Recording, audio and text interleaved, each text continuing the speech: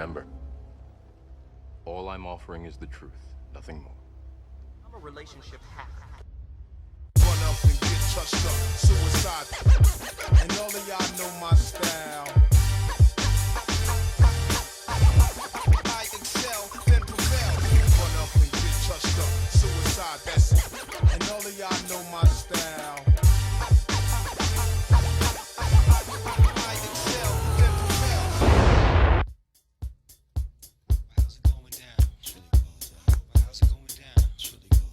It's really going down. I just want you to hear the record that you can't have. Oh no, it's out there somewhere. That's what it's about. Yeah, it's everywhere. Ever since I was Ladies and gentlemen, the So What Morning Show back in the building. Today's topic, man. Today's topic is going to be crazy. But we can't get to the topic until we take care of a little business. Give me the stop. Jesus. Here it is, ladies and gentlemen. The relationship dismount. Wowzer. It's here. Look at that. I'm so excited. This has been a long time coming. It took me like 6 weeks to write it, but it took 3.5 years to cultivate it and develop it and expand on it. So this is my proof copy. So it's not the one, but it's telling me this is going to be a powerful book. The physical copies will be here in about 2.5 weeks. It's at the printer. We're excited. So please spread the word. Pre-order your copy right now at iamzowilliams.com. And I would urge you guys, if you want to read it right now, go to Kindle, Amazon Kindle. As a matter of fact, you got the page? Amazon Kindle right now. This is the #1 new release in divorce. The Relationship Dismount is the #1 new release on Amazon Kindle in divorce. It's only $9.99. Please, please, please go order your copy right now. And I'm urging everybody to please write a review. You know, we've got about 5 reviews up there in the last week. People are really, as a matter of fact, thanks, Dr. G, for your review. I appreciate that, man. Dr. G is a real G, too. He puts his review, and then at the end of his review, all of his books. Oh, and by the way, and by the way, go get these. Right?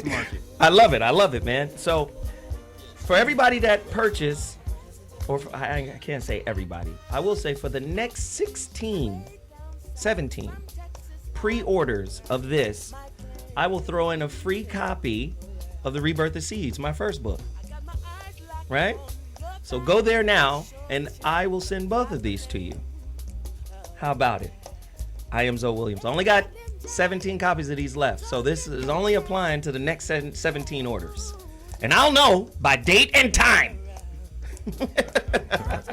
Hey, I appreciate everybody for supporting it so far. We've got a book here by Rashid Edwards. The Secret of Commitment. 7 Key Goals to Achievement and Transformation.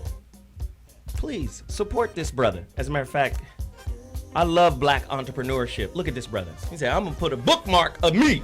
There you go. I'm watching you. I know what you read. Right? Please support the brother Rashid Edwards. Also, come on, man. Oh, here it is. I see you, Doc. Man, talking to crazy. After 2.5 years of doing the show with us, the doc writes a book called Talking to Crazy. It makes sense. We fucked him up. And now he was like, you fuckers, I got something for you right now. Dr. Mark Goulston, his latest book. Listen, it's in October. That's when it'll be out. If you guys aren't hip to just listen, I promise you, this is a book you can't sleep on by Dr. Mark Goulston. The foreword is by Keith Ferrazzi. I mean, Doc, what's the other book I really like? The 6 Ways of...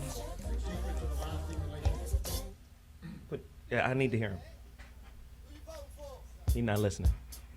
Look at this boy. Look at him. What's the other book? 6 Secrets of a Lasting Relationship.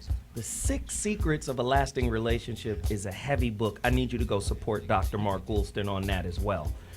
I got a lot of stuff to promote really quickly. Let me get through it.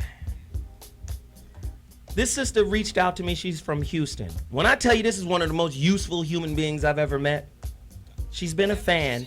What I find is the female fans of the show are really, really quiet and in the background. I'm not finna jump in there and have these niggas yelling and cussing at me. Nah, hell nah, right? But they're hella supporters. They're like getting information. And one of those sisters reached out to me in a very long, detailed, meticulous letter. She's out of Houston. She created a website that's so damn useful. It's a life skills website, especially for getting a job. The Resume Guru. Man, the resumeguru.net. She has created a specialized service to craft, to format, and to produce different types of resumes to get motherfuckers employed. And then she also teaches you how to act in the interview. She was like, don't be desperate. Don't go in there. Well, I know I applied for this position, but I'll take anything right now. Don't go in there breathing hard. Right? I'm telling you, I had a nice conversation with this sister. You got to go support. Go to her website right now and read all about her services and about what she does. It's incredible. And she's getting demonstratable results from her consultation. Please support her website, theresumeguru.net. Also, what is this? Kobe coffee. Listen, this vitamin coffee, first off, go to kobikaya.com. www.kobikaya.com. That's www.kobikaya.com. Coffee vitamin coffee. Bunch of B vitamins and everything. That's why I'm turned up. Oh! Go in there and support this brother too. Always turned up. Elephant. There it is right there. I'm gonna keep supporting these brothers until the wheels fall off. The black polo. Right? Elephant.com. Go support them. 20% discount for all Zo What listeners. Veronica Conway, blackmastery.com. Go support her. Hey, you remember this, right? Freez, this music? Yeah. Broadway and Dominican and John B and all them. It's crazy, right? Correct. Arise Hospitality, the Black Office Depot, the Black Office Max. Please continue to support them. What else we got? Oh, weed juice. Jesus. These are the glass bottles. This dude is trying to be the juice milkman. Go to weedjuice.com, man. Support this brother right here. He's doing big things. Cool water, watermelon, ginger mint. He has a special for you guys too. What is his special? Order today. Apply the code. We live. We love. We juice. Now, we live is WELIVE. We love is WELOVE. We juice is OUIJUICE. We love, we live, well, we live, we love, we juice. You get 30% off today, man. Okay. Booty boxing, ass fighting. What is what's your shit? They had you out on the floor last week. Booty I'ma be boxing. out. Booty boxing. Go to udemy.com. That's udemy.com/bootyboxing, and that's free for Zo What listeners, because I don't want you guys to have any excuses not to be healthy. So go ahead, cop that, get that 8-week booty boxing home system. And you promote what you got too. Come on, man. What's up, my niggas? You want to get on the mic or just gonna start talking? hey, what y'all doing?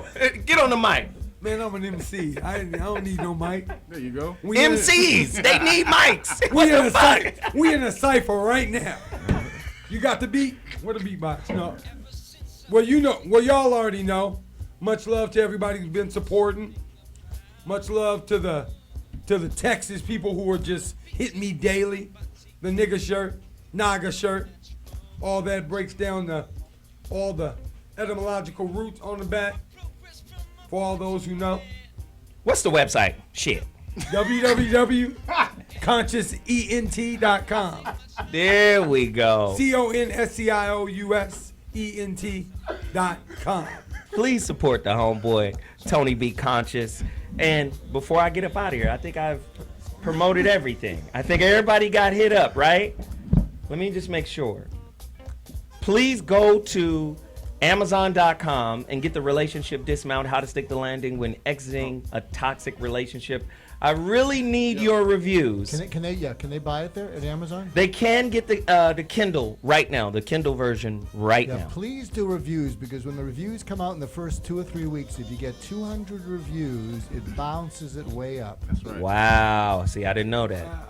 Real quick, the promo code for the booty boxing is ZOWHAT Show. That's spaced, all space, ZOWHAT Show. No question mark and no the. Please. Pre-order your copy right now. You're going to get a copy of The Rebirth of Seeds, the next 17 orders. Get at me. Now, today's topic. We about to go crazy. We're going to take a quick break, but when we come back, no fucks given. We'll be back at 2.2. Altruism sometimes being harmful is a heretical suggestion that people will rail against. But there are times when altruism creates codependency, leading to a negative impact to those who depend on a person or even a service. People can also be taken advantage of in this state, leading to abuse, much like the type experienced by children mistreated by parents. Even empathy can be a useless emotion if you're someone who must remain level-headed. People working in the medical profession often experience something called burnout when they fail to shut down their emotions, while hyperempathy can create obsession and excessive tension surrounding the opinions of others. Altruism can also be exploited by those wishing to take advantage of others. Suicide bombers can be told to kill in the name of Allah, while people can be made to give up money and family for religion, especially prevalent in cults like Scientology and Jehovah's Witnesses. Politics is also a perfect example of just how destructive altruism can become. Politicians regularly play on altruism in society, selling the idea that people should stick together. Then when democracy fails, the collective is blamed. In 1964, liberals declared war on poverty. 50 years and trillions of dollars later, the results are in. Poverty won and America lost. The war on poverty began with pilot studies. These studies showed that liberal poverty programs increased divorce, decreased the incentive to work, and trapped victims in poverty. Liberals knew the programs would cause harm, but started them anyway. It's the same scenario with Obamacare. Experience in Massachusetts and Oregon showed that government-directed insurance increases emergency room use and increases the cost of health care. Liberals disregarded this experience and took a wrecking ball to our health care. Do you want to bet your life that it will work this time? Change your congressman, repeal Obamacare, keep your doctor. Why is a white guy like me co-hosting a black radio show? I think toxic relationships cause you to take poorer care of yourself. That if you can recognize danger, if you can pause, if you can take some breaths, refocus, and engage, you might be able to dodge a bullet that you're going to send or coming towards you. One of the things that men don't get is that often women need to vent first to clear their mind.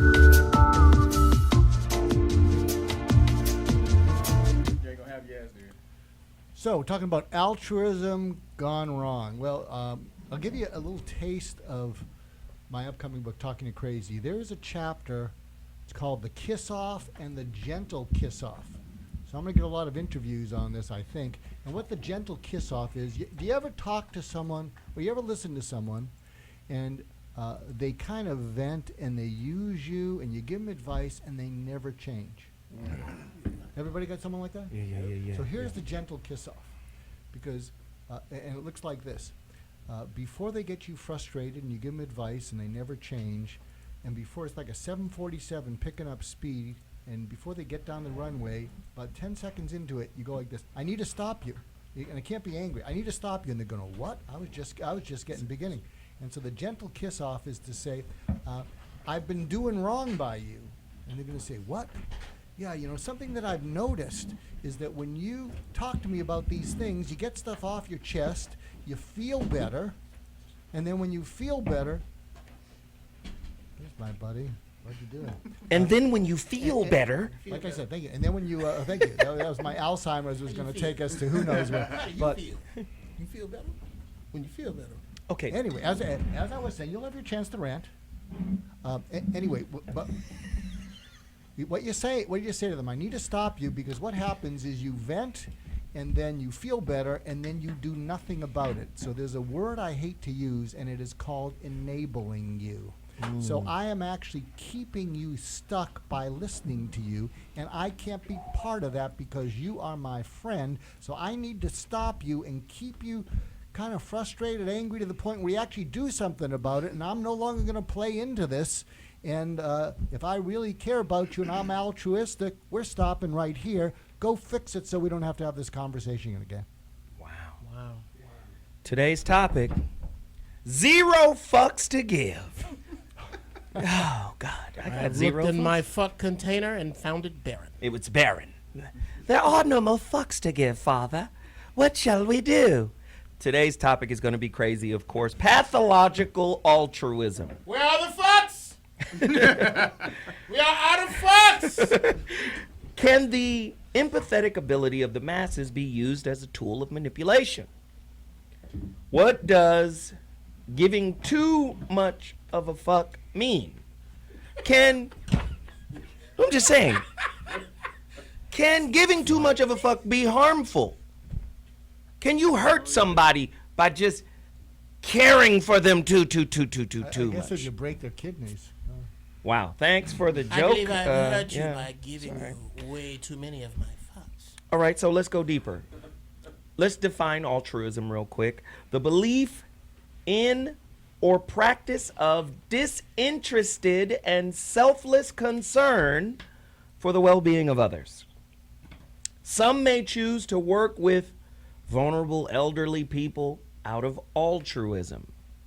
What we're talking about, is there an innate selfishness to selflessness?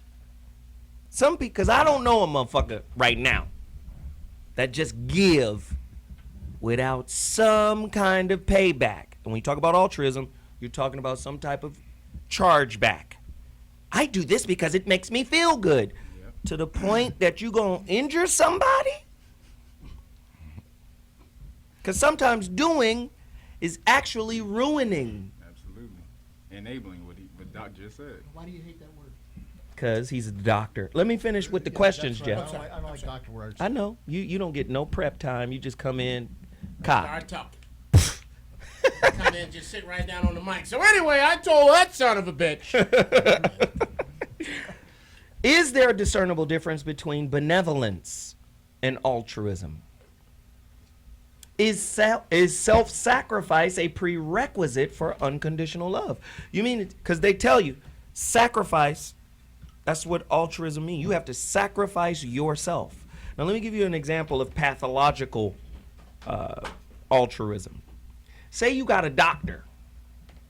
The motherfucking doctor is like, I have to save lives. Damn it. That's why I went to school.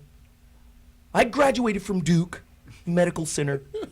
And I'm here. Where'd you graduate from? What's the voice? Duke Medical Center. And nobody's gonna die on my watch. You understand? Why? Where'd you graduate from? I'm going to Duke Medical Center. I'm going above and beyond the call of duty here. You understand? Oh, God, that's hilarious. And so what'll happen is they'll run into a fucking patient, old, elderly, cancer. I think we should go in with a spinal tap. Hey, That's what they taught me at. at Duke Medical Center. And then it's like, hey, wait a minute. He's old. He may not make it. Do you know how difficult it is for anybody let alone an elderly, sick person, right, to go through a spinal tap. Not at Duke Medical Center. Not at Duke, buddy. Right? So, you understand what I'm saying? There's this desire to try. There's always hope. Whereas the family, go in, you see the family, and the family's like, hey, we don't want to do this. Can he have this moment? He's already old. He's already sick. Can he have this moment? I'm telling you, you're missing out on an opportunity here that could possibly change his life. And in the name of Duke Medical Center, we never give up. We never leave a man behind, right? So pathological altruism could really ultimately hurt someone, right? Another example, Margaret Sanger, the founder of Planned Parenthood. That bitch didn't go to Duke. Right? No, she didn't. But in an effort to save the imbecilic Negro from himself, we need to prune away the leaves of stupidity from his people in order to save them. Planned Parenthood. Eugenics. Fucking pathological. You can't tell me she didn't think she was doing some altruistic shit. We got people out there who are injuring, hurting, damaging people in the name of altruism, but not really knowing it because there's this need to feel needed, right? This need to be of service, and then you wind up doing some shit that's really detrimental to a lot of people. That's the setup for the show. Really quickly, Veronica is on the phone line to join us in this conversation. We have Veronica Conway.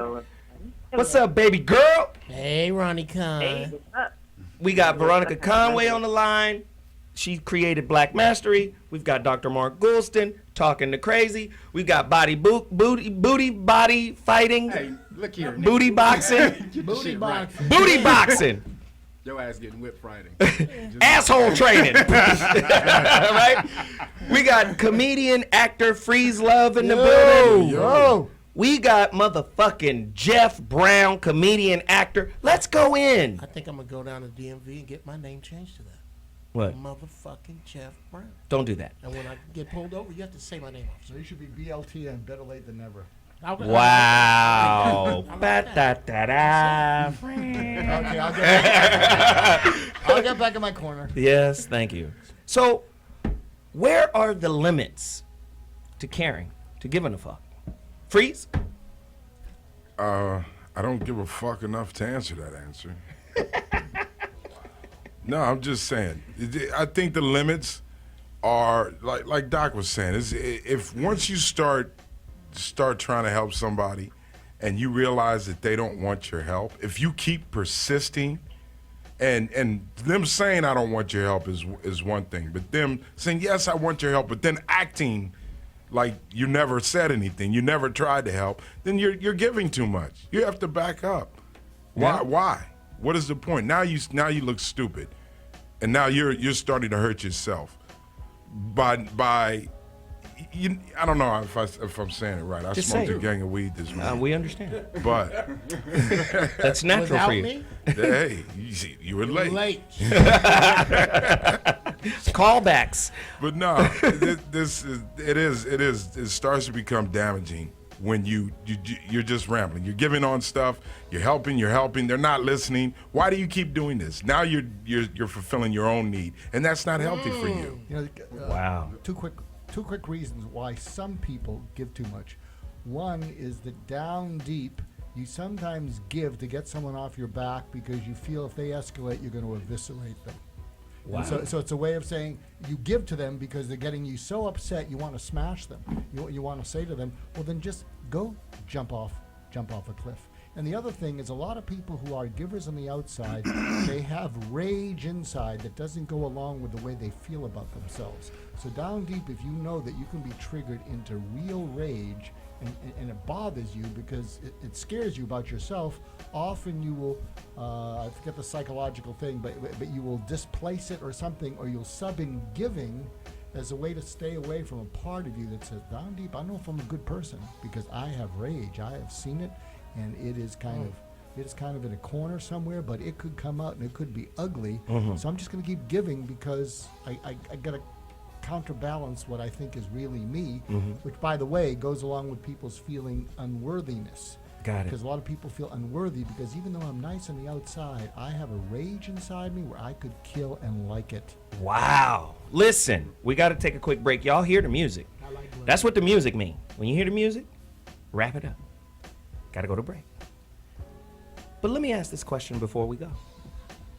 You just said wrap it up. I know. It's my I'm show. Lord Zoe. This is my show. Perhaps you did not see the name on the side. Have the Duke removed from my presence. And have his lands turned over to my children. Anyway, what happens when no fucks to give, like I ain't got no fucks to give, actually helps a relationship? When we come back, the Zoe What Morning Show will deal with it. Holla! Sanger wrote a book entitled The Pivot of Civilization. In it is a chapter called The Cruelty of Charity, where she blasts programs that provide medical and nursing facilities to slum mothers as insidiously injurious. In the same book, Sanger called for the cessation of charity, for the segregation of morons, misfits, and the maladjusted, and for the sterilization of genetically inferior races. She also argued that organized attempts to help the poor was the surest sign that our civilization has bred, is breeding, and is perpetuating defectives, delinquents, and dependents. The Birth Control Review was Sanger's official publication for the American Birth Control League, and in 1932 she outlined her plan for peace. The main objectives of the Population Congress would be to apply a stern and rigid policy of sterilization and segregation to that grade of population whose progeny is already tainted. Often aggressive. In psychological jargon, we would say that the compulsive giver has alloplastic defenses with an external locus of control. This simply means that the compulsive giver relies on input from people around him to regulate his fluctuating sense of self-worth, his precarious self-esteem, and his ever-shifting moods. It also means that he blames the world for his failures. Compulsive giver feels imprisoned in a hostile and mystifying universe, entirely unable to influence events, circumstances, and outcomes. Them teeth on one side, I mean, them teeth over there. This is crazy, right? And the reason why this is very important that we have this kind of show is because there are a lot of subtleties and nuances, right? The 9 people who were killed in North Carolina. Then you had the families come out and forgive, right? A lot of black people are disappointed with that act, right? I'm one to say that maybe there's a difference between forgiveness, right, and altruism. Now, just keep in mind, altruism is a made-up word. Let's just keep the focus there. Motherfucker from France, just a couple centuries ago. Is that the way it's explained on Google? Yeah, just Motherfucker from France. some Alfred Kampf or some shit, Kampf, right? Just, I'm gonna make up a word, and it means to sacrifice yourself. Now, just keep in mind, because now we're looking at pathological altruism. Is that not directly in alignment with religion? Give up all your shit, sacrifice your life now for this other one that's supposed to come that you have no evidence actually exists. That's that over there. Greater love hath no man than he that would lay down his life for a friend. Right.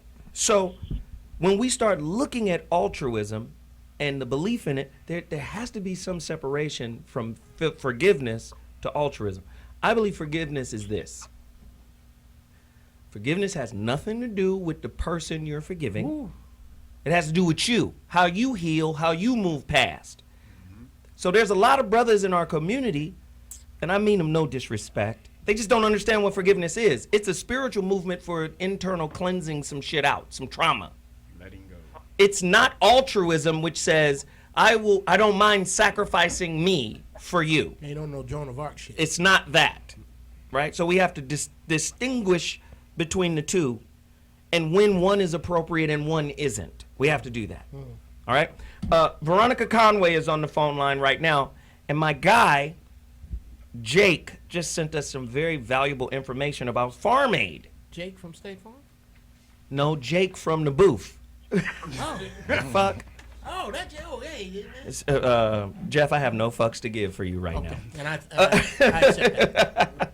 So, Live Aid, 30-year anniversary. Today, right? July 13th, 1985. About 75 different acts performed live for about 170,000 people in London and in Philadelphia. Meanwhile, an estimated 1.5 billion people in 110 countries watched it via live television stream from 13 satellites. More than 40 nations also held telethons for African famine relief. Now, niggas in Africa is still starving. It's 30 years ago. That's going to tell you something about pathological altruism. Where'd the money go? Because 1.5 billion, you should be able to plant seeds. Can we buy some seeds with 1.5 billion? Can we buy some lawn, some grass? Because there's a lot of dirt out there. Niggas is just sitting on the ground. I'm just saying. We could afford a lot of shit, right, with $1.5 billion. What happened? When you follow the money, you see the pathological part to the altruism. Oh, we were going to come together and we're going to help these people. Yes. And now we're going to take this 1.5 billion and give it to Ethiopian warlords. We're going to give them money for guns, and we're going to fund all these other little groups that are substrata of that particular government. And if the government is unstable and you give them money for aid, what they going to do? They're going to take that money and use it for their own political aims. I need to get a new Cadillac, too. Not only guns, I want a Cadillac. Absolutely. Get yourself a Cadillac. You deserve it. You don't need a sandwich. You need to push me in my Cadillac. That's what you you don't need to have do. gas. You motherfuckers are lazy. That is what is wrong with you. Have you ever been in a barber shop in this country? It has 9 chairs. You know why? Because 8 of you are fucking lazy. It should only be one barber to cut all of these fucking heads. Okay, Jeff. Lazy motherfuckers. No, Sinister Mephisto, guy who follows the show, had a great question. Is this some altruistic nonsense? Ask not what your country can do for you. Ask what you can do for your country. Isn't that part of being patriotic? Is to sacrifice yourself for the good of all? Is it healthy? Veronica Conway, speak to us. Well, there's a great thing out here called the drama triangle. And the drama triangle really describes a phenomenon that exists in families, that exists in organizations, that exists in nations, that exists in cultures. And so the drama triangle consists of a rescuer, a perpetrator, and a victim. Right? Mm-hmm. So the perpetrator is a person that is the one that is, dominant and aggressive. The rescuer is the one that's enabling. But they both are trying to control the victim. Right? So once you step into one edge of the triangle, you step into all of them, right? Because the cycle just kind of, it repeats itself. So I think it's really important to understand that as a dynamic, so that when we understand that, things like Farm Aid, where you're going to rescue the victim, what it presupposes is that the victim cannot take care of himself. That's what it presupposes. That's why it's enabling. That's good shit. Doc, and then Jeff. Hold your tongue. Well, no, I think Veronica, I love Jeff. Always good to have you on. I think what's important is to figure out what the ulterior motives are of the why the need to control the victim. And I think part of it, and I talked about it earlier, maybe the need to kind of control them and give to them is to divert from the fact that you really don't give a damn about them. Wow. And maybe that aligns with a certain selfish motive you have that you don't want to make public, and you don't even want to make it private to your own conscience. And so maybe there's a way of giving to them and not giving them really what they need to get better, but giving them what you need to feel better about yourself, and the hell with what they do with it. That's crazy. So you just kind of in love with the band-aids that you put on bullet wounds. The only issue I take with this is, in the example of this Farm Aid situation, the giving just didn't make it to those who need it. The thin line is trying to walk. This person needs my help. Whether or not they do the right thing with it, who is that up to? It doesn't negate your need just because I'm fucked up in my giving. These people still need. No, but if you didn't know that this has been going on for decades, if you didn't know that when you give stuff, by the time it gets to the people who need it, there's always something in between. That you need to do some due diligence and not be so naive. Oh, we're gonna make a lot of money and give it. Well, it seems like this is a pattern that a lot of money is made and somehow doesn't make its way to its intended purpose. So it's kind of like, be aware of that before you start giving stuff that'll never get to what it was intended to do. Does this radical altruism have a place in intimate relationship, Tony? Be conscious. Speaking to Mike. Be conscious. I see you getting ready to. Yeah, he was about to doze off. So Right. I'm glad you got, Be conscious. Be conscious, Tony. Well, if you go back to the beginning of this whole experiment called America, when we talk about the white man's burden and how he came to America saying he was, we're going to go save the people. We're going to go save the Indians and the Africans, and we're going to teach them civilization. Religion. And we are doing something altruistic for them. But when they got here and they didn't really do anything for us, they did more to us. Every time you go to Goodwill in the Salvation Army and you give your clothes to them, you think that they're taking that money and they're doing something for the needy. Well, let me say this. But by the time... Wait. You're making a great point. But I will say this. Salvation Army, they're probably one of the best charities out there. And Goodwill.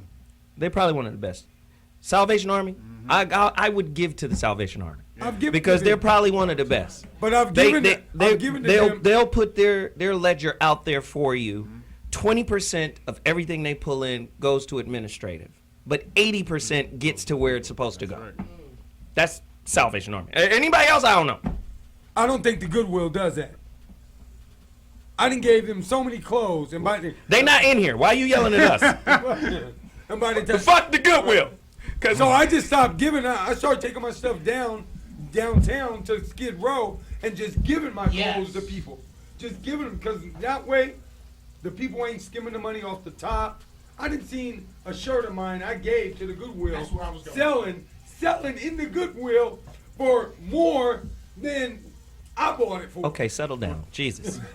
Mad about that goddamn Motherfucker shit? I want to mad. go back to something you should've said bought the earlier shirt back. when you said, Kev? Where's the limit to altruism? Yeah. And the limits are when giving hurts you or when your giving hurts the other person.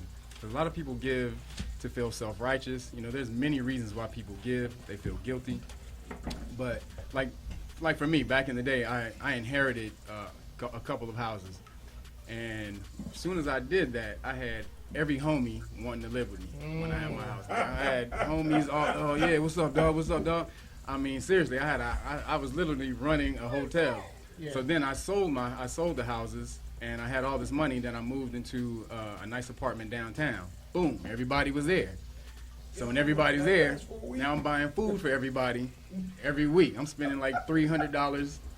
Seriously, I was spending $300 a week on food for everybody. Some people I didn't even know. Let's eat. So what I'm saying, this was at a point though when I had just started to get into knowledge, and so I felt that I had a duty to help my other brothers. But then that was the universe was teaching me a lesson. There's a science, there's a balance to giving, and so when it truly starts to become a burden on yourself, then that's when you have to step back and say, look, dude. Because you can walk past a ditch and see somebody in the ditch and help them out the ditch, but you don't got to put them on your back and then walk into McDonald's on your back. They don't become your responsibility. When my brothers become my sons. But just remember, wherever there's altruism, there's a payback. And I think a lot of people are addicted to the payoff more so than they are but I wasn't- the actual act. But I wasn't looking for no payback. It was just brothers who was broke and they didn't have no money and they That's didn't the have no payback. clothes and. But with the payback, I was just helping people. It wasn't. Exactly. It wasn't. All right, the payback listen. was- I was helping them for them. Listen, we gotta take a quick break. When we come back, we'll continue this conversation on bullshit ass altruism. The true compassion with another human being, which is closely related to the ability to empathize, to feel the beingness of the other, to sense your way into the other, is also closely related to what we could call goodwill towards another being, benevolence. Confucius already pointed to benevolence as one of the most important things. He said, you're not even fully human if the faculty of benevolence, which is goodwill, they're really all facets of the same faculty, has not arisen in you. Confucius said you're not even fully human yet.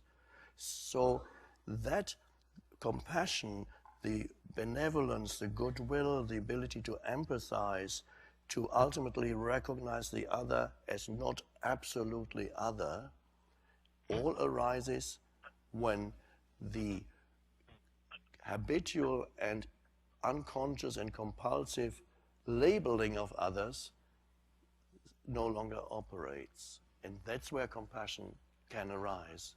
Before we came out, we were... For example, so too much anxiety, too much anxious.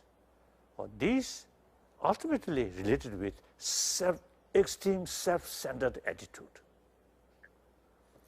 Just opposite of that, more sort of concern, sense of concern of others' well-being.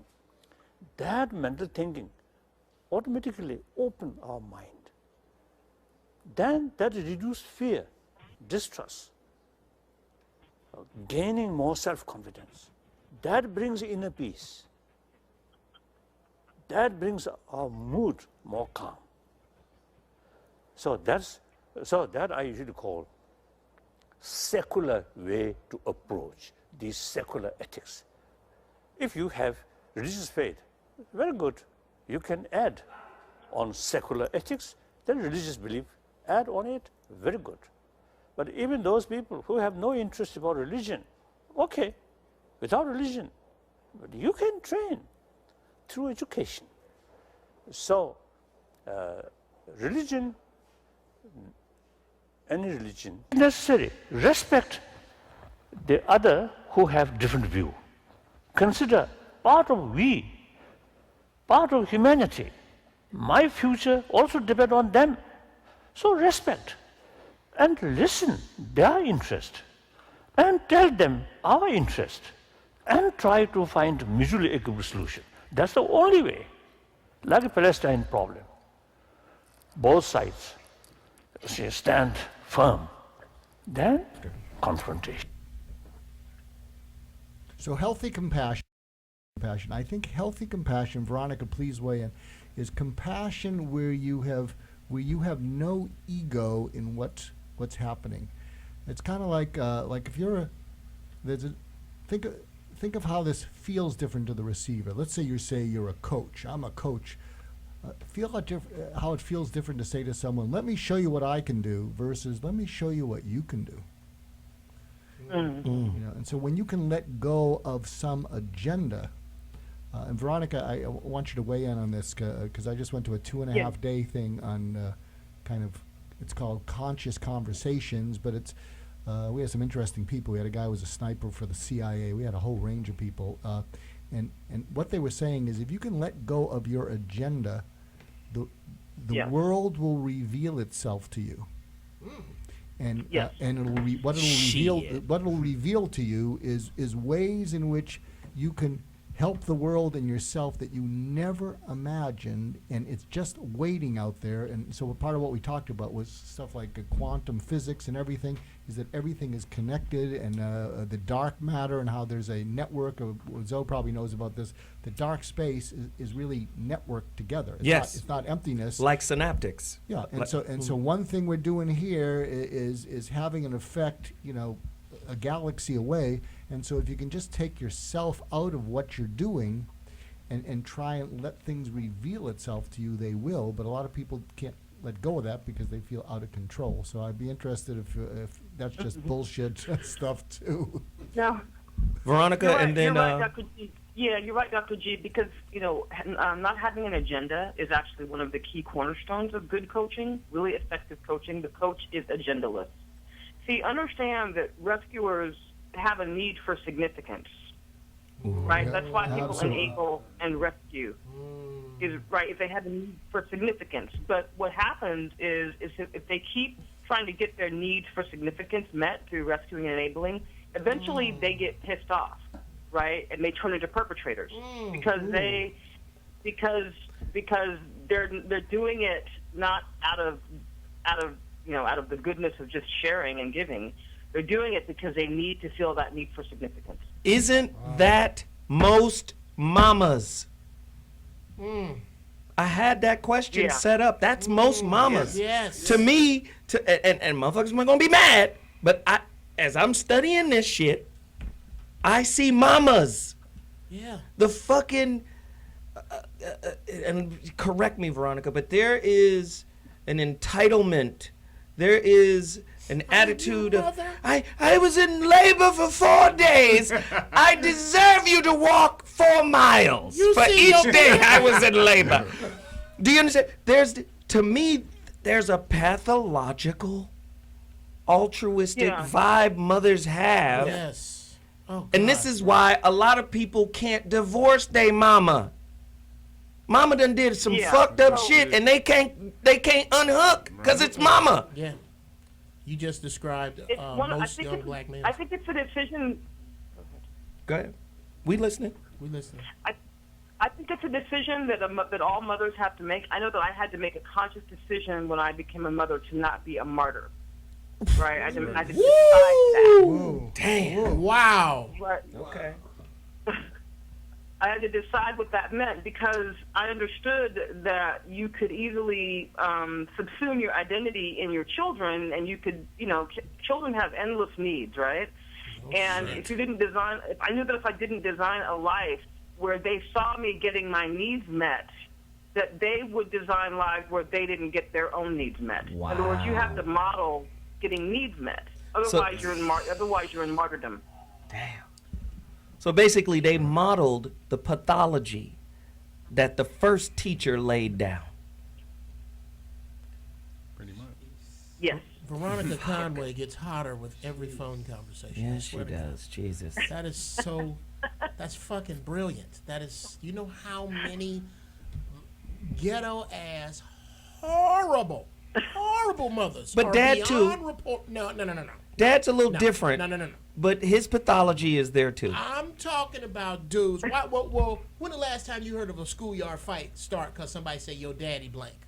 That's true. No, that's your true. mom. Your daddy ain't shit. Nigga. And also, don't just put. You don't know my daddy. My daddy come down here and whoop your ass, nigga. Right. Don't just put that on the hood either, because it's throughout society. It's systemic, yeah. Look at J. Edgar Hoover, his mother. Oh wow. You understand? That was he was a pure mama's boy. He could do it. He did a lot of this stuff he set up was because he wanted his mother's approval and all of this, and it's the same. It's the same thing. It's and because we have this unrealistic expectation of altruism set for mom, the damage done when mom quits on the child. Because of the expectation. When you vision mom, you envision, okay, lioness, gonna fight the lions, gonna kill everything for me. And when mom hesitates to live up to that expectation for you, that's when the child has judgments and resentments towards the mom. Now, conversely, mothers have a do or die expectation of altruism from dad. I need you to protect me. I need you to protect the kids. I need you to jump in front of a bus if it'll pay this month's rent. That's true. Am I bullshitting? That's true. When does altruism go too fucking far? That's the purpose of this show. No fucks given. When can a man go, hey, listen, you crazy than a bag of snaps. I have no fucks to give to you right now. When can we do that in relationship? When it is a healthy thing to do, when you're in a situation, you go, wait a minute. You don't care about my time. You don't care about my being. You don't care about anything about me. But And that's when you do it. That's when you pull it back. But shit, you can't pull back. You got an obligation. How is the obligation tied to altruism, Doc? Well, I think the obligation infects it and corrupts it, because what happens, the obligation then triggers guilt in you, and then it gets all really messed up. I think the key is, and Veronica weigh in, I think if we can go through an exercise of thinking of the people we love, and without their asking, if we can say what would help better them, and then be proactive about that without their having to ask. And I think if that was done mutually, if we could pause and say, if I'm in this relationship, I am here to enhance their life, not enable them. And if we got into the discipline of doing that, and to be able to think and do that before we're asked, I think it would change everything. Wow. So what obligation were you talking about, Zoe? Hold on. We got to take, you hear that music? Don't make me come across it. Yeah, you hear this motherfucking music, don't you? Don't you? I don't know who I don't know. I got 50 on a dark skinned dude. Just because he's dark skinned, though. I know Just because I'm dark skinned? Yeah, I've never seen a dark skinned dude lose a fight to a light skinned dude. I just never seen it in 50 Well, it has happened many times, nigga. Many times. Today might be your lucky day, nigga. Keep fucking up. Anyway. You better go watch Superfly. Right, nigga. Anyway, we got to take a quick break. When we come back, we're going to deal with more shit. Can Obamacare be seen as a type of psychological altruism or pathological altruism? I'm doing this for everybody to have medical insurance. You get into the contract, you look into that shit, see what they cover, what they don't cover, what you respond. Oh, this ain't no goddamn altruistic movement. This is about making everybody get inoculations. This is about a grand freaking. You just trying to get in. You just trying to find everybody. That's all you do. Hey, very powerful stuff. We'll be back in 2.2.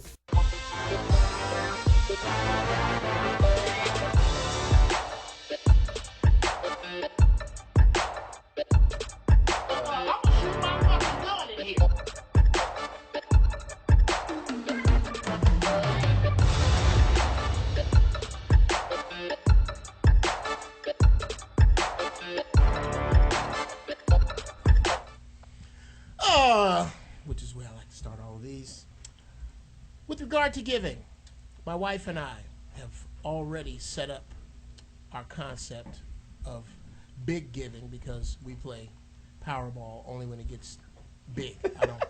I don't play under 50 million. What the fuck am I going to do with 45 million bucks? I have, and everybody in here, yeah, if I hit Powerball, I got all, I'm gonna pay all your bills. I know you don't have any bills. I'm gonna pay all your bills. Except the white man. His bills are already paid. I have in this dream of mine a give but don't come back, nigga, clause. Okay? Here it is. Don't come back with what had happened was. I don't want to hear none of that shit. I paid your bills off. I left you like you were when you got out of high school. You don't have much, but you don't owe nobody shit. I left you right there. I don't want to hear your shit in 5 years. The other people I am tired of are ask-holes. Ask-holes. An ask-hole is an individual who will come to you for advice. You will give them that advice. They will ignore it, and 90 days or so later, come back and ask you for the same fucking advice. I do not deal with those people. I keep them out of my circle. I am a firm believer in the time of crisis, put your mask on first. I gotta put my mask on first, okay? Before I can, Zoe is my dude. Freez is my dude. I don't know these two niggas. I don't know these two niggas. No, I do. Y'all cool, but y'all ain't on that level. Chris. These three people can come to me in a time of need and go, look, Jeff, I need X amount of dollars. And if it goes into my mortgage money, I got to give it to them because that's what they need. They are my friends. I have a very, very short list, and you can bet your sweet ass that before I put my children in jeopardy of being on the outside, I'm gonna take care of my family before anything. You have to take care of what really truly is yours, and the pain of the world is kind of mine, but before that, the well-being of my children is mine. It is the failure to fight the lions and the expectation of the spoils of the warrior that makes my ass itch.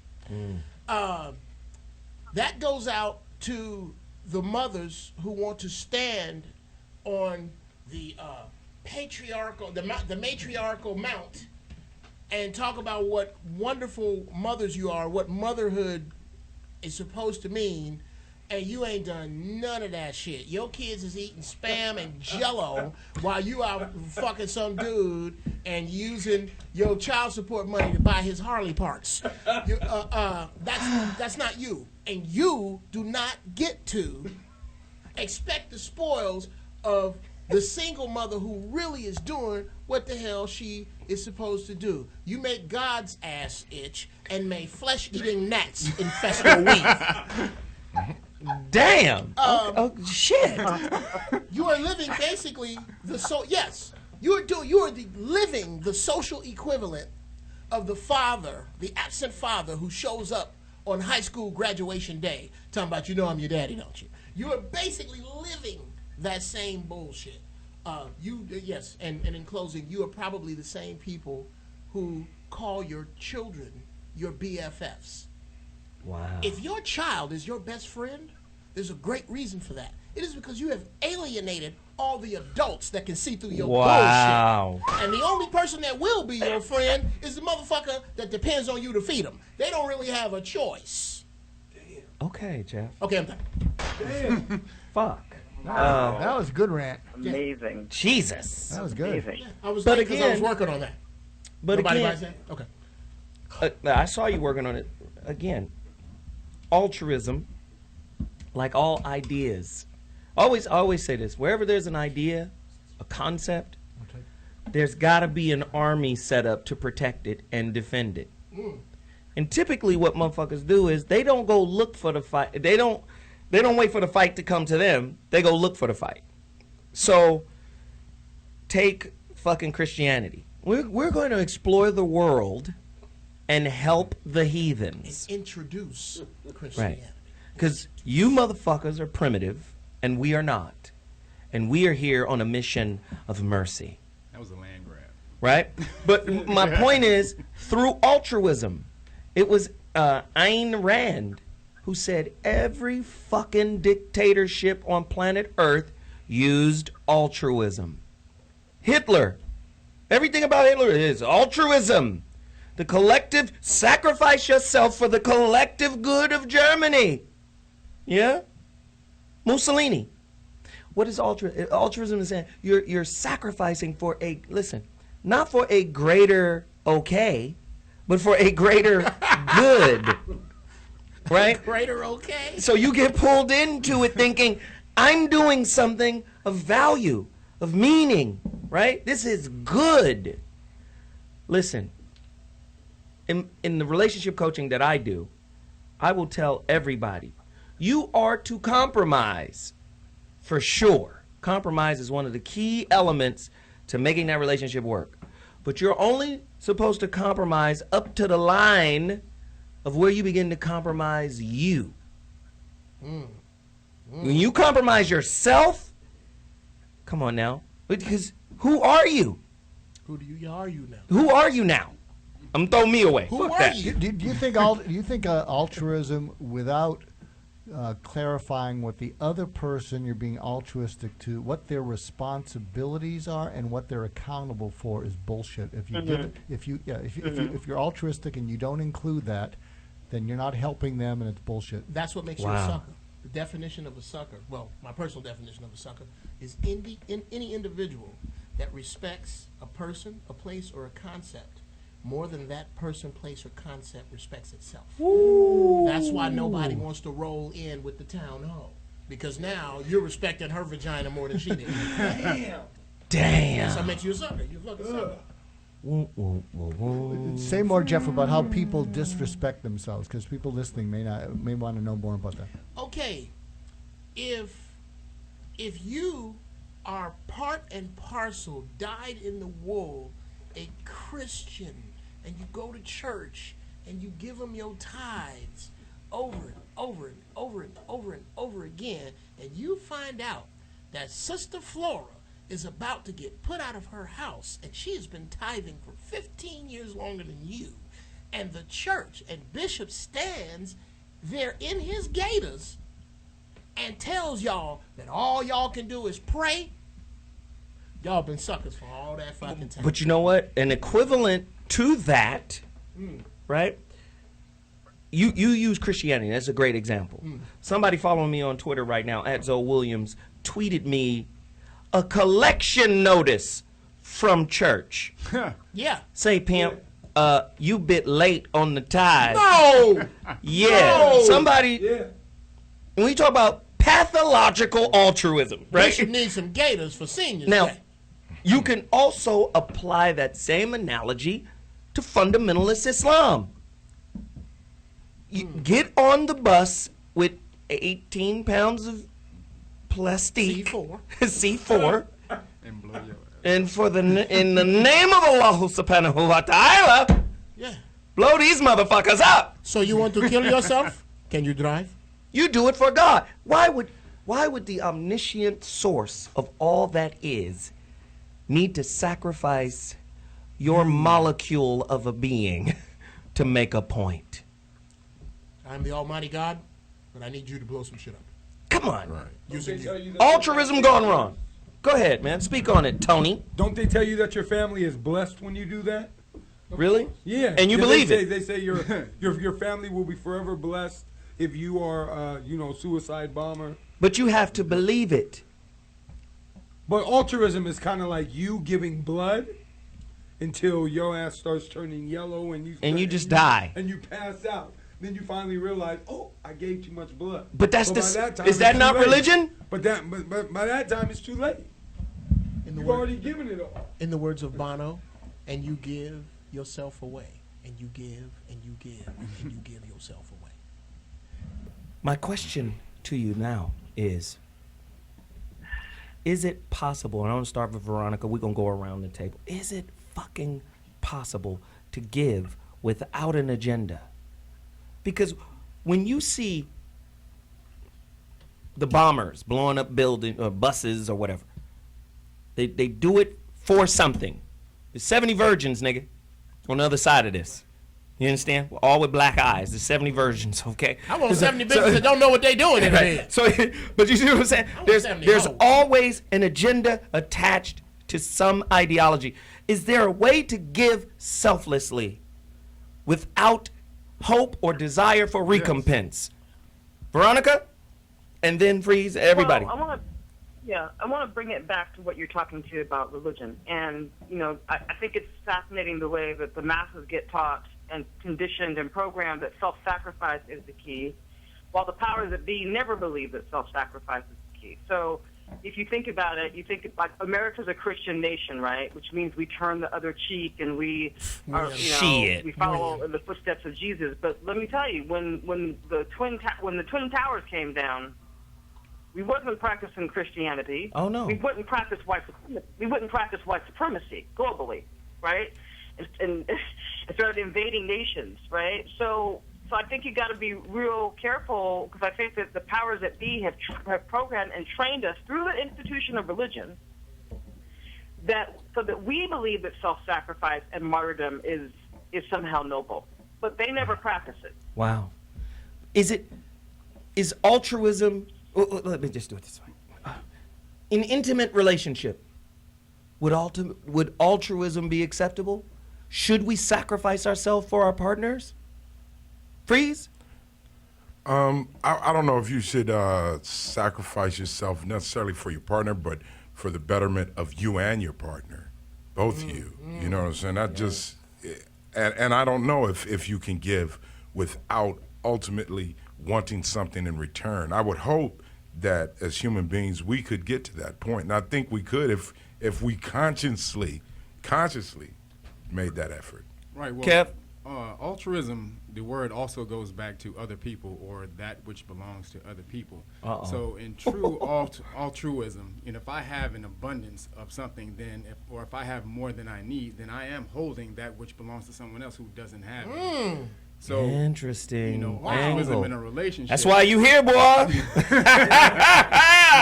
thought I was just gonna see a My doctor nigga. But altruism in a relationship is that same thing, other people. So it's to think about the other person other than yourself. But isn't that empathy? Yes, it's empathy or to feel what the other person is feeling. But but to think about someone else is is not necessarily the same thing. I can feel what you're feeling is empathy, but to think about you before or in coincidence with myself. So like Freez said, to sacrifice for the betterment of the relationship, that's when you're thinking about the other person. What? I know the doctor's married. I know Freez. I'm gonna talk about you like you're not here. I know Freez. I know Mrs. Freez. Mrs. Freez is cool, by the way. She cool I people. gotta call her Mrs. Freez. Mrs. Freez. I have seen them interact. They are not unlike myself and my wife in that when you say, is there too much to give to this thing? Right. The concept is that I give selflessly because I know on the other end is another individual giving selflessly to this thing. So it's not about giving to get in return. It is about the understanding that we are both ride or die for this thing that is outside. Ride or die. Yes, Real yes, quick, yes. What do you think of the notion, everyone, that that you're not giving until it hurts to give? Because if you have plenty and it doesn't hurt, you haven't given. It doesn't hurt you. I think that's if you're not giving anonymously, so giving it has to be something that's special to you, and you're giving it, and you give it anonymously. Exactly. Without any kind of with no ego attached to without it. Yes, need yes, for yes. acknowledgement. I'm down for the anonymity, but to give till it hurts, I don't know about that pain. Yeah, I don't know about that either. Because if it hurts, then I'm attached to whatever I'm giving in the first place. But what I see what the doc is saying, if it costs you a pound of flesh to give, right, it has more meaning. If it doesn't cost you anything, in terms, it doesn't bother you, it doesn't register. No, it could be. Let's say not getting our way when we're driven kind of hurts. But if you can not get your way in order to give to someone else, such as kind of listening to them all the way through before, I'm a big listening person, before you rush in with a solution that they don't want, that they don't need, that's driven by your ego and control. So it hurts to hold back and not give advice and solutions because that's what you're good at. When the other person doesn't want that, they want something more. That actually hurts. Wow, this is powerful. Right, and back we to got to the- take a quick break. You hear the music, don't you? I do hear the music. You but just it was wanted right to, on point. You wanted to say something, didn't you? I was just gonna say when you give and it hurts and then you're anonymous about it hurting, that's really, you know what I'm saying? Don't say anonymous you about know the how pain. much it hurts to give to you. Don't say that. You know how much it hurts me to give you this wonderful gift? You're not appreciative of it. We'll be back in a second. This is often due to a vicious cycle of learned helplessness, where individuals become incapable of being rational enough to see that sometimes it's better to step aside and let others help themselves, allowing them to develop the life skills necessary to be self-reliant. Pathological altruists are usually people prone to irrational levels of guilt because they've been shaped by another type of person throughout their lives, the narcissist. Since pathological altruists are repeatedly made to feel guilty for their own actions and feelings, they become obsessed with earning the approval of others around them. Rather than developing a sense of self-respect through attainment and self-knowledge, only through validation from others can the pathological altruist feel happy. While this type of person can often mean well, their own inadequacy can turn them into dangerous individuals that act without reason. Hence, the pathological altruist becomes addicted to self-righteousness that comes with unthinking obedience to authority. Well, there are many people who would try to argue that it is organized Jewish interests that have somehow hoodwinked whites. And it's certainly true that Jews have very been frequently involved in the kind of liberal or revolutionary schemes that have resulted in this kind of denaturing of whites. But I think the problem is much deeper than that. There is something within whites themselves that seems to love feeling guilty, that seems to joy in the idea that they are the responsible for all of the harm that has befallen all other people.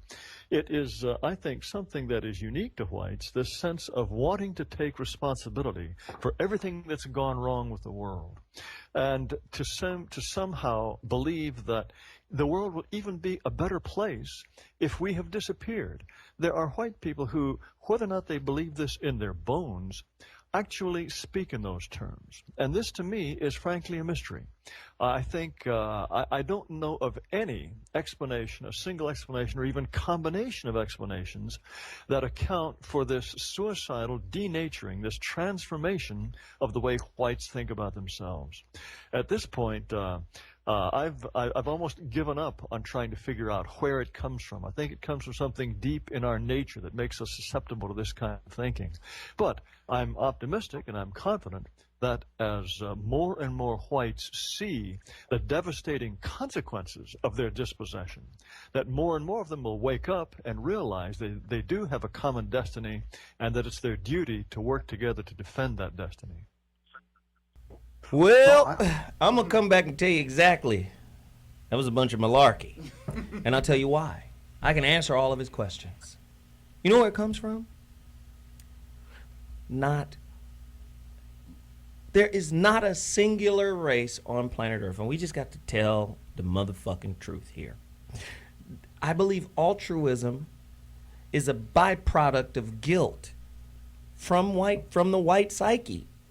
Because there's not a single race on Earth that has smashed on Earth like white folk have smashed. And I think altruism was just born out of the smashing. Like, for instance, you can apply the same shit that he just said to what Doc says when a motherfucker kills somebody, we put them on suicide watch. Because when you killing, you like, the power, I've killed, But then when you settle down, it's, fuck, I killed. After you done turned green and ripped out your clothes. Right, there's that moment where you realize the magnitude of what you've done. Now listen, you got motherfuckers on Miami Beach. I know this is gonna sound like it don't make no sense, but you got a motherfucker on Miami Beach. You got motherfuckers on the beach out here wearing bikinis. You know why bikinis are famous? Because the white man went to a little island called Bikini Atoll. Said, listen, we're going to get all you native motherfuckers off of here. We're going to relocate your asses maybe 30 miles southwest of here or southeast of here. Somewhere, yeah. We're the United States government. We get to do this. Unimportant to them. Okay? We're going to talk to the king of the island. We can give y'all a little paper, a little piece of change. Thank you for letting us do something strange to your homeland. The motherfuckers go there, and they bring the atomic bomb testing there. And they test 30, 40, 50. Project Bravo. They blow a big-ass 200-foot hole. The radiation, we need something bigger than Hiroshima. They push the limits, right? The same people they relocated and gave altruism, gave money to, thank you for letting us use your island, 30 miles southwest, southeast, wherever. The wind carried the motherfucking ash and radioactive shit and still fucked them up. Now they got 3 heads. Do you understand? Yeah. Oh, yeah. The shit white folk done unleashed, I believe, created this byproduct of, fuck, I'm guilty altruism. It's the only white man in here. He's the only one qualified to. No, he's not. No, he's not. You white? Yes. Shit. Here we go. Yes. They ain't ready for this, man. Okay. White person. Is that so? Is that according to the Goddamn right. Klan? Is that if the Klan No, if that's the according- Klan that runs is- down on the hill? No, that is according to the law. No, I understand his terminology with Listen him. here, before you hang me, according to the law. Yeah. White power. You Dave Chappelle? You got You the first black black Klan. Altruism came from, you saying they came from what the white people fucking up or whatever. You know, going back to the Dragon Moor and the Phoenix Moor, that's where that shit came from. The Phoenix Moor felt guilty about all the havoc that the Dragon Moors were wreaking on the earth, and this is why they started to hand over certain knowledge and power. They started to The mystery schools. The mystery schools. They started to let white people or Caucasian people into the universities. They started to give them knowledge, and this is where a lot of that started to come. So you mean we're the ones that let them read? Yes, Ain't that a bitch? absolutely. Where you think phonics come from? It's Phoenix. The Phoenicians. Yeah. Those are black people. Those brothers. It's our shit. Yes. Purple. Feeny. That's where the word phone comes from. Phonetics. Phoenicia. It's good shit, man.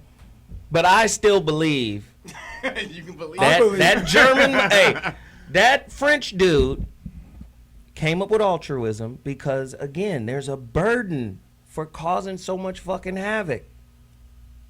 There's a burden. There's a toll.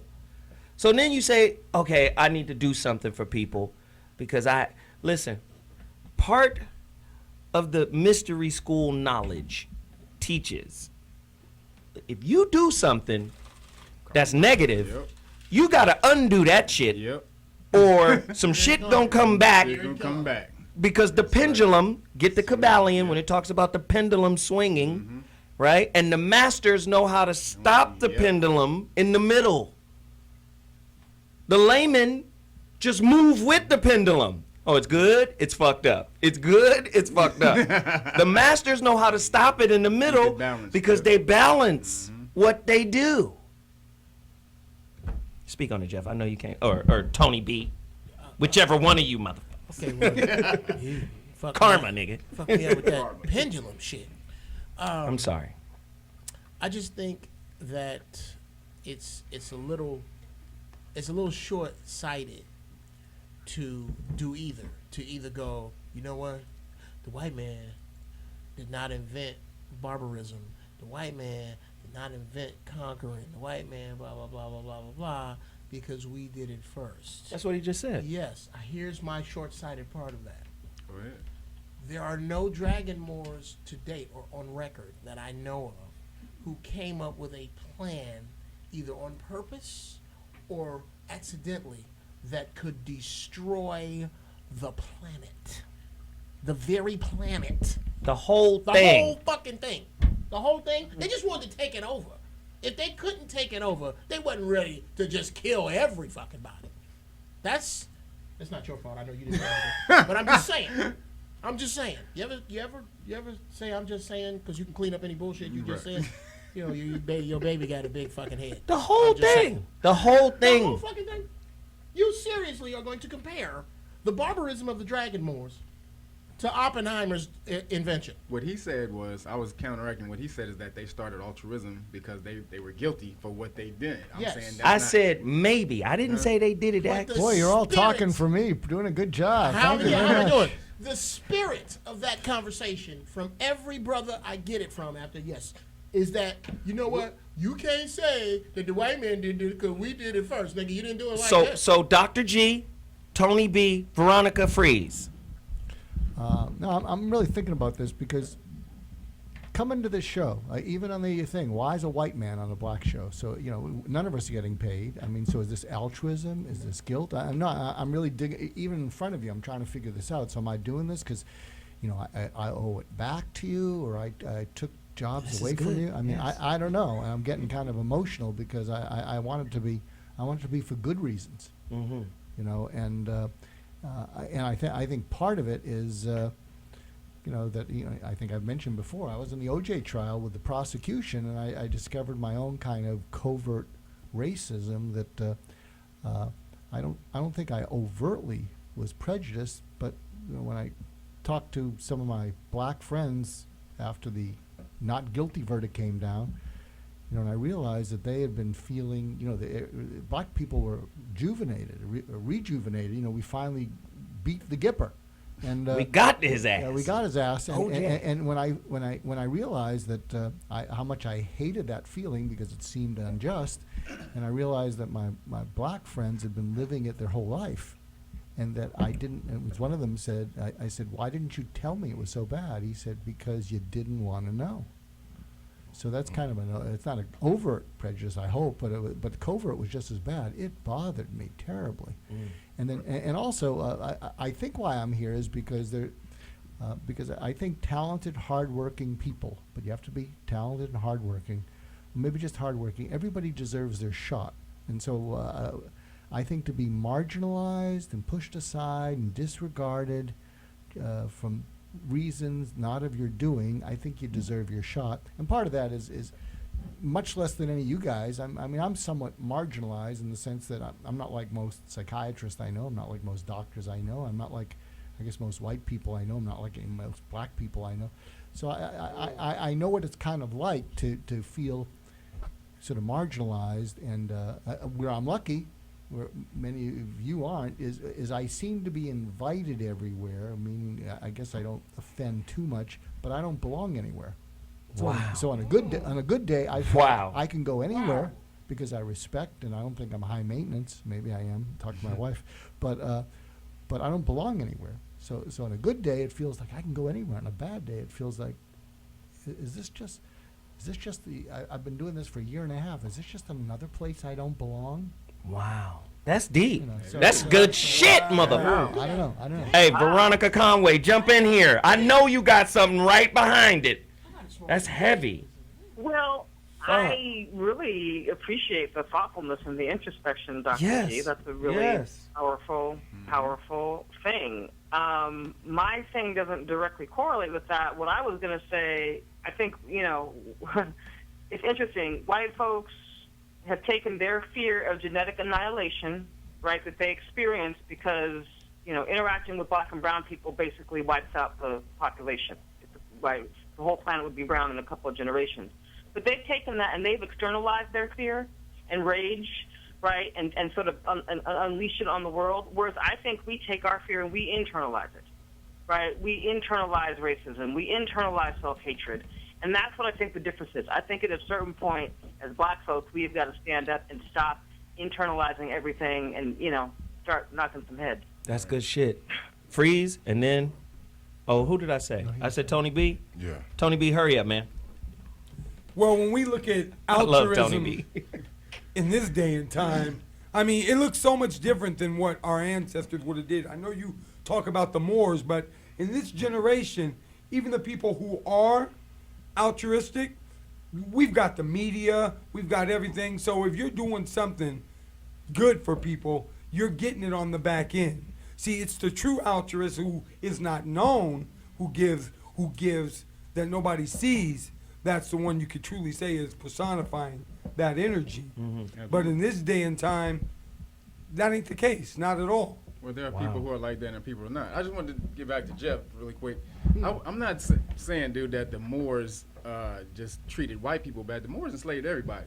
Slavery was a business. And they enslaved Africans, they enslaved Caucasians, they enslaved everybody. So They ain't putting that shit in a book. Yeah, but the thing fuck? is, what Zoe was talking about, when you do something, there's the karma, the pendulum swing. See, what Caucasians do with the science now, they understand the pendulum swing, and they sidestep it by telling you both truth. They tell you the truth, and they put out some bullshit.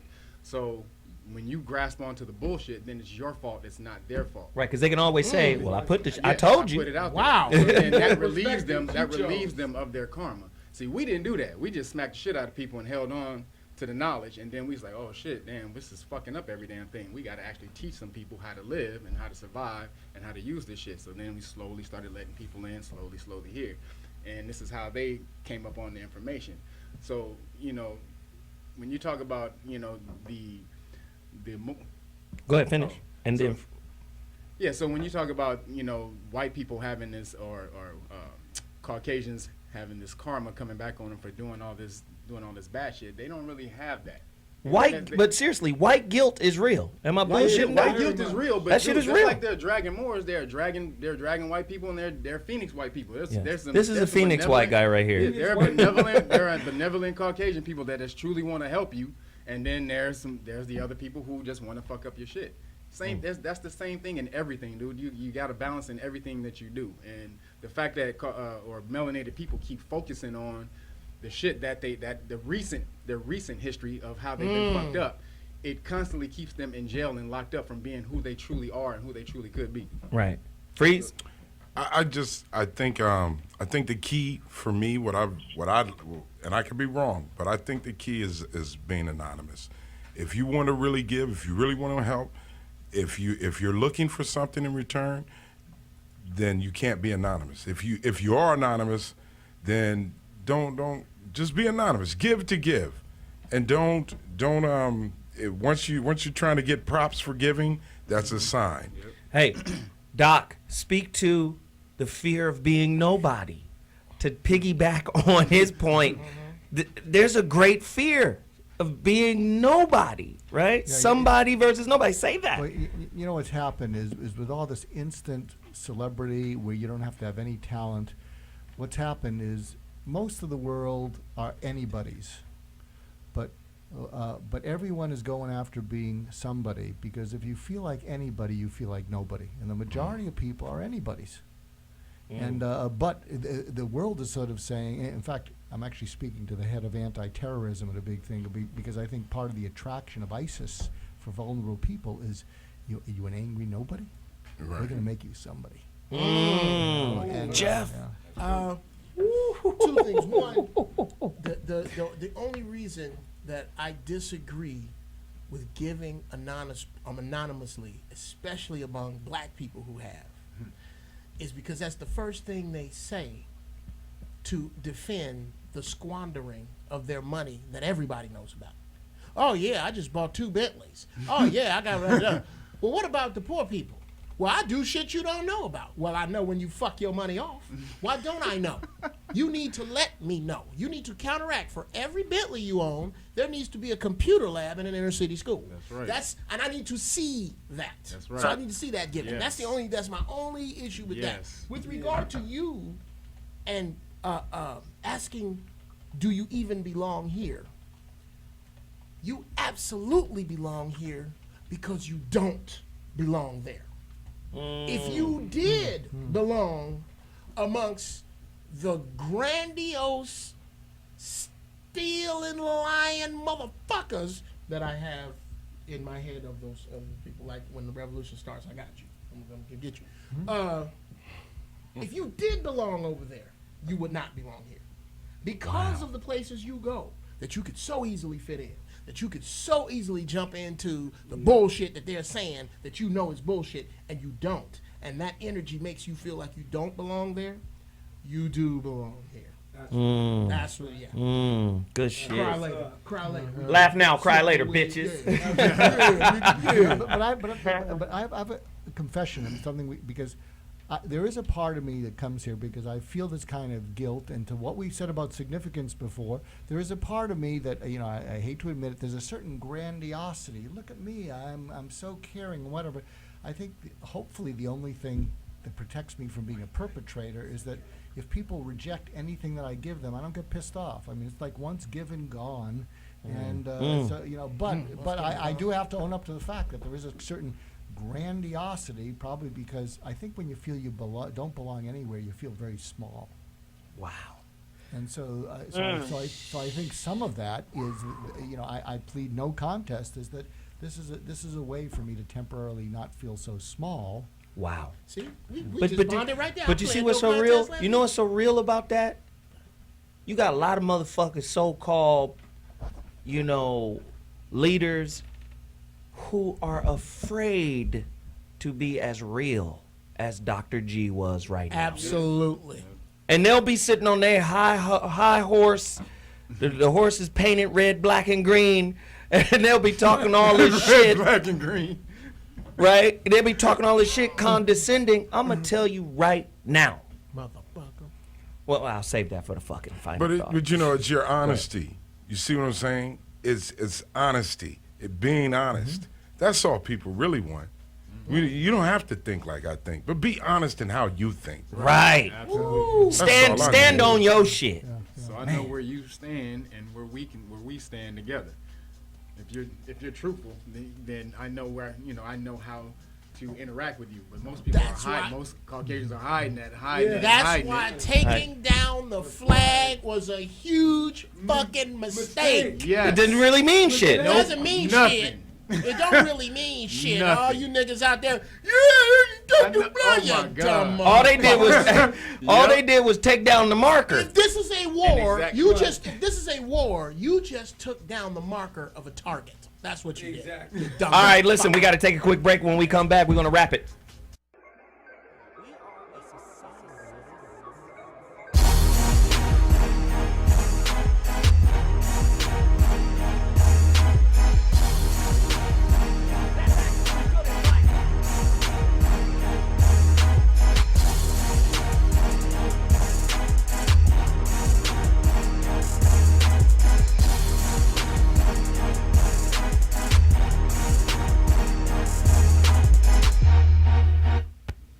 So, today's topic, pathological altruism, which is really just a fancy way of saying, I give to get, right?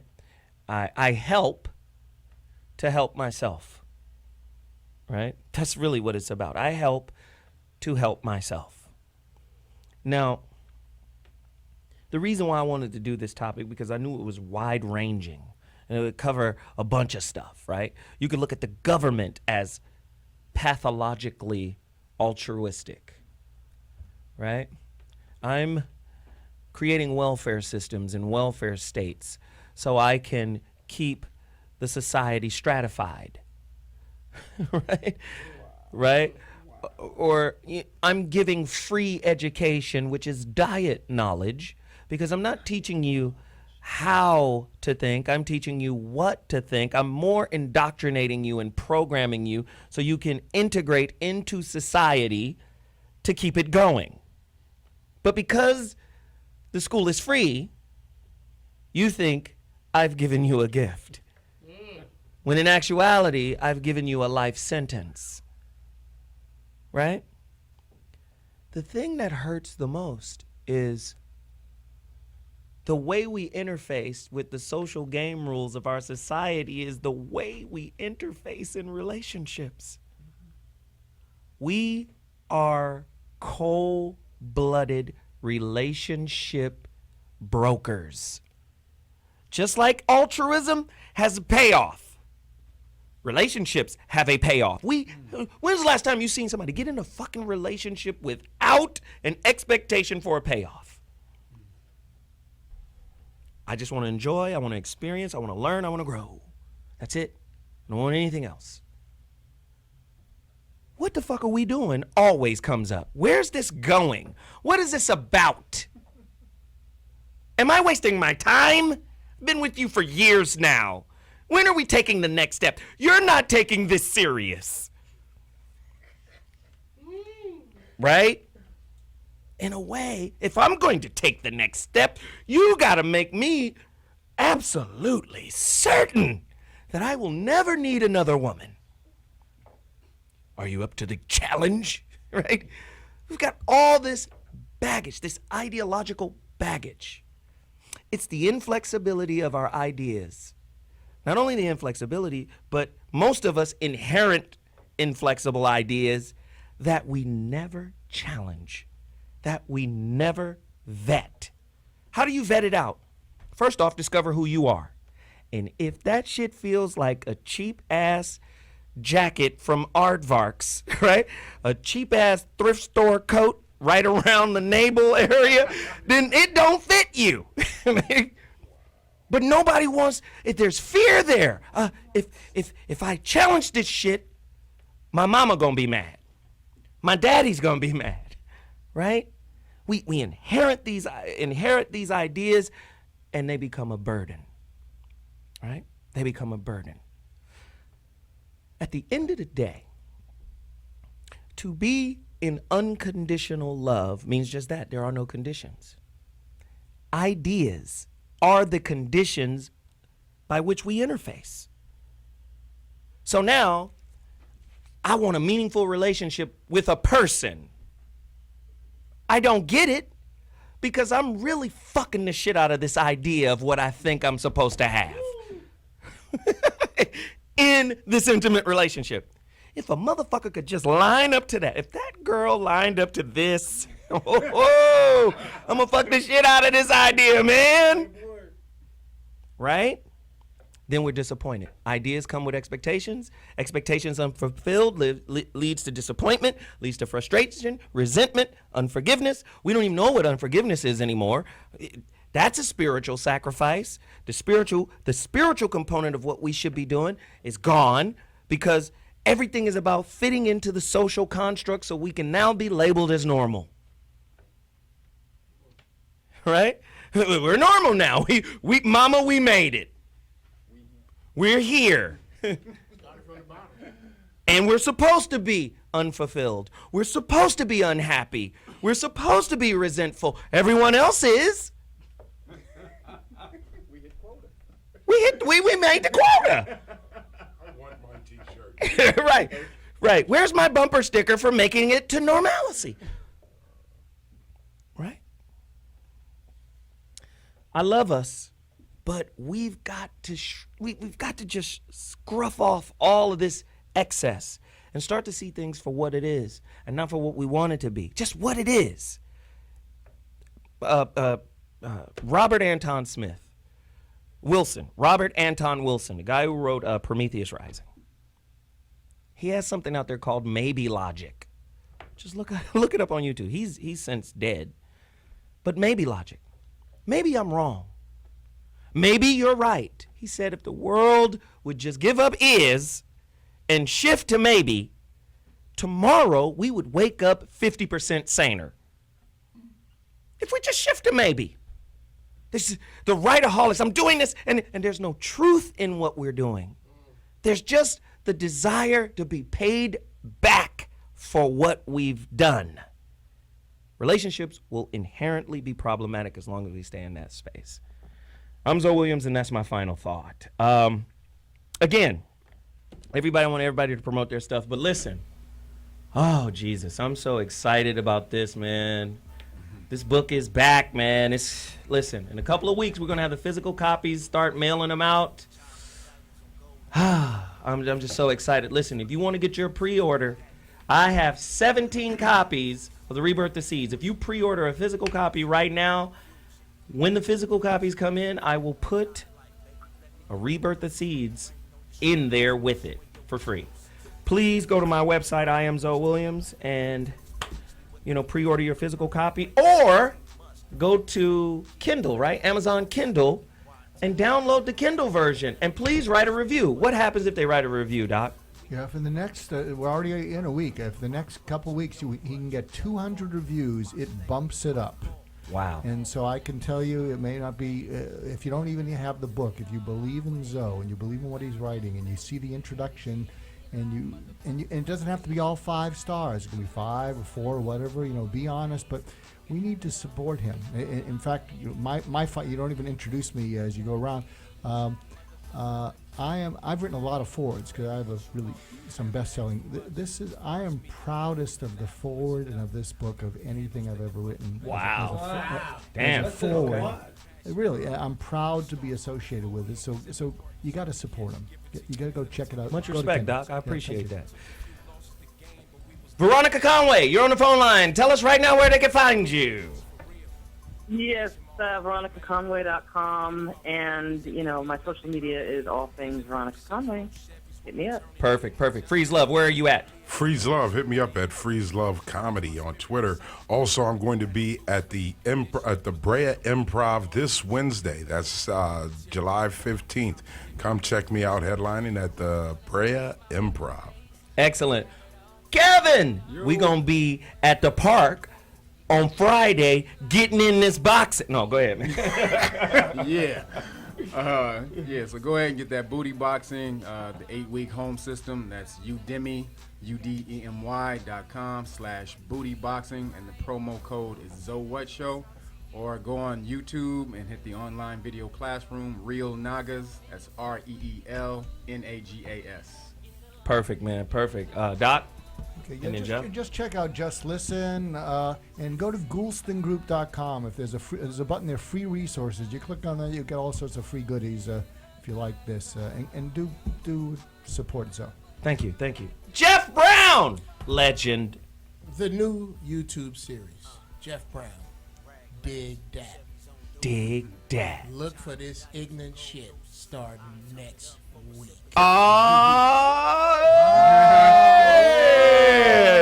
Jeff Brown! And these two people are gonna hold my hands through a book. It's called Jeff's Brownies. We're gonna make it happen, brother. We're gonna make it happen. I got offers in stereo. You feel me? Hey, Tony, be conscious, man. Where can they get your shirts, your apparel? Get the microphone, man. 2 minutes. Conscious int. CONSEIOUSENT.com. You can hit me up at Tony_B_conscious. That's my Instagram. I'll be in Atlanta all weekend at the Brave New Voices Poetry Festival. Yep. So come through if you in the ATL. Yep. All them supporters. Yep. Where they gonna get the nigga shirt? CONSCIOUSENT. ConsciousInt.com. That's what Where's I'm the talking bomb? about. That's what I'm talking about. Where's the bomb? Hey, yo, we'll be back next week with another heat. Appreciate everybody tuning in. The Zoe What Morning Show. It's what we do. Holla. Peace.